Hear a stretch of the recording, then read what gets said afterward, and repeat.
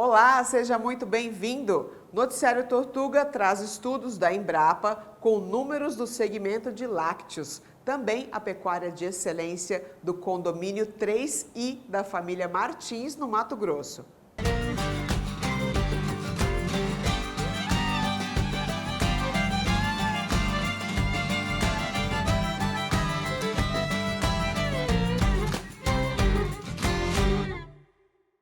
O setor lácteo do Brasil é bem sensível e suscetível aos preços internacionais. E como somos importadores dessa proteína, a cadeia produtiva aqui dentro sente qualquer alteração do mercado externo. Mas há formas de melhorar muita coisa no setor. O economista Glauco Rodrigues, que é pesquisador da Embrapa Gado de Leite, tem muitas orientações sobre esse tema e ele é o nosso entrevistado. Isso mesmo, e agora, direto de Juiz de Fora, vamos conversar aqui com o Glauco. Bem-vindo ao programa Noticiário Tortuga. Eu que agradeço, é um prazer estar aqui com vocês.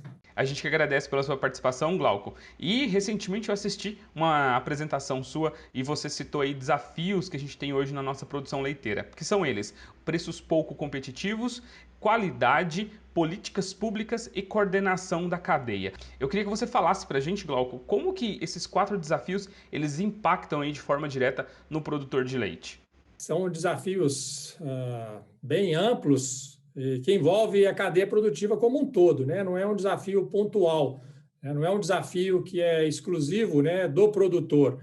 A gente está falando de produtor, a gente está falando de indústria e nós estamos falando de governo. E como que isso nos impacta, né? Hoje acho que o impacto mais visível, eu diria, é a própria é o efeito que vem, por exemplo, da balança comercial de lácteos. Quando a gente olha os diversos setores do agronegócio brasileiro, eles, em geral, eles são exportadores. No caso dos lácteos, nós somos importadores. E essa importação ela acontece justamente em função dessa competitividade menor que a gente tem frente a outros competidores ou a outros países com uma competitividade maior.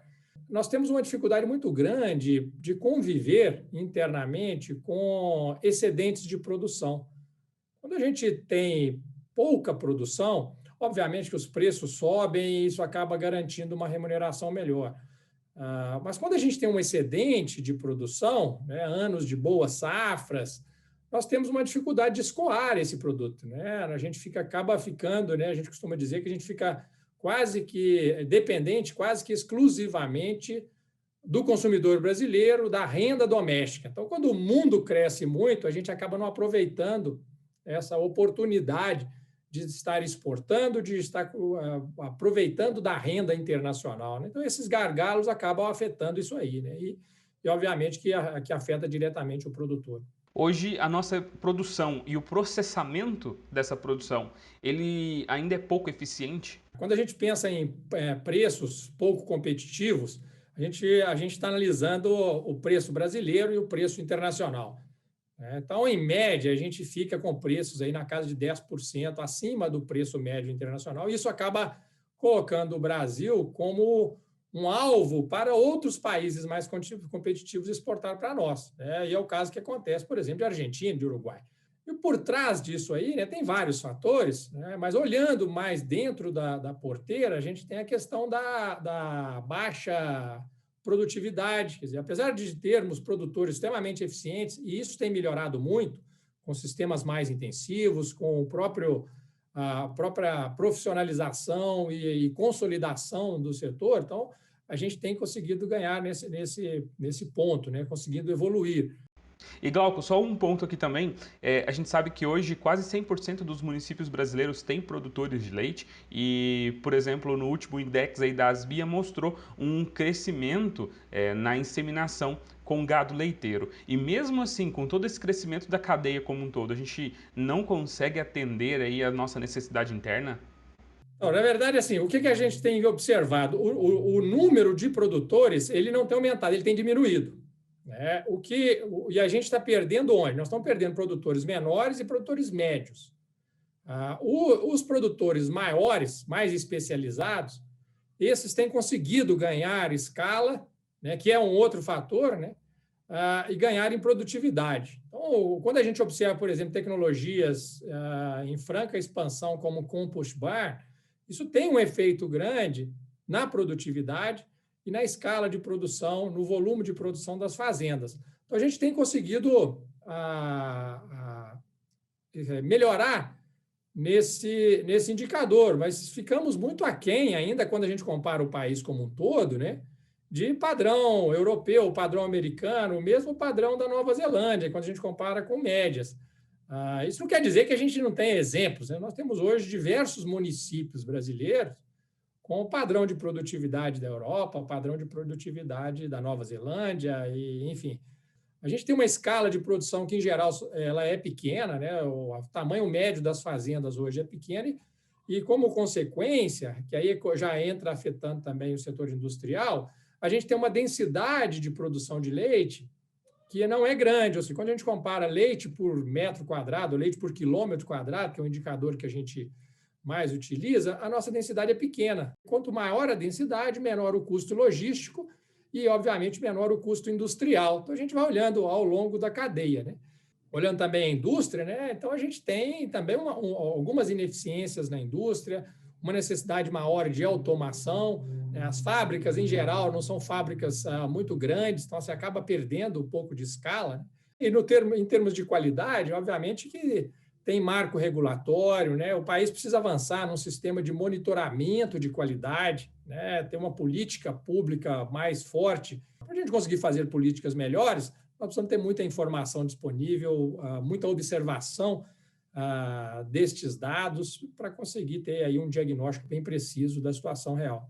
São as diversas ineficiências que a gente acaba convivendo e que são gargalos até pela dimensão do país, né, pela pulverização da produção de leite, que está em praticamente todos os municípios brasileiros. Obrigado mais uma vez pela sua participação aqui no nosso programa de hoje. Quero te agradecer mais uma vez. Bom dia para você. Eu que agradeço, é sempre um prazer estar aqui com vocês. Estamos à disposição aí para outras conversas. Um bom dia a todos. Agora vamos conhecer um pouco do trabalho do Grupo 3i e da história da família Martins, que atua nos ramos do comércio e da bovinocultura no Mato Grosso. Eles são parceiros da DSM há vários anos e fazem pecuária de excelência com as raças Nelore, Guzerá e Senepol. O nosso convidado é o zootecnista Ricardo Martins e ele já está com o Cairo Rodrigues. É isso mesmo, Márcia. Vamos conversar agora aqui com o Ricardo Martins, que fala conosco direto de Sinop, no interior do Mato Grosso. Bem-vindo aqui ao programa Noticiário Tortuga, Ricardo. Prazer estar falando com vocês. A gente que agradece pela sua participação e hoje para a gente bater um papo aqui sobre sucessão. Ricardo, eu queria que você falasse aí sobre o crescimento, sobre a história da sua família na pecuária, o crescimento dos trabalhos que vocês vêm desenvolvendo e também contasse um pouco aí da história do seu pai, o Joaquim Martins Neto, e como que vocês têm hoje toda essa produção pecuária e tecnológica aí no estado do Mato Grosso. A minha família, ela é de origem do interior de São Paulo, Álvares Machado, né? Então, eles sempre trabalharam desde novinhos ali com um pouco de comércio, né? E trabalhando com sítio, mexendo com uma doma de cavalo, criando um bezerro, alguma coisa nesse sentido, mas tudo muito pequeno, né?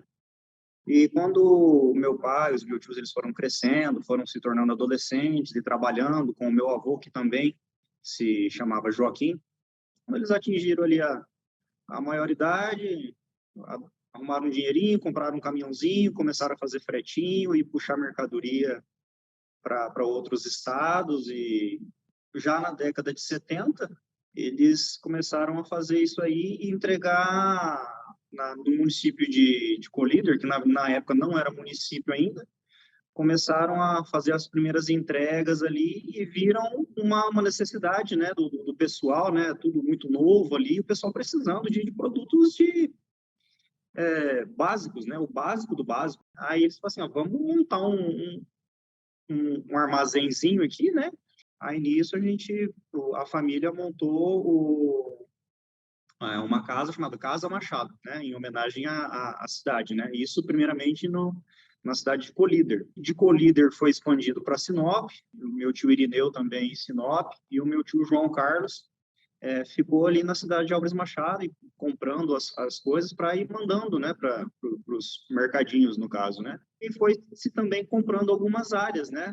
Umas áreas, assim, com o que dava de recurso, comprando mato, abrindo devagarzinho, áreas pequenas até, e foi se iniciando pecuária e se iniciando comércio, e os dois foram gradativamente aumentando suas áreas, tanto de área de fazenda, e o comércio também foi se expandindo bastante, em conjunto com o crescimento de Colíder e de Sinop.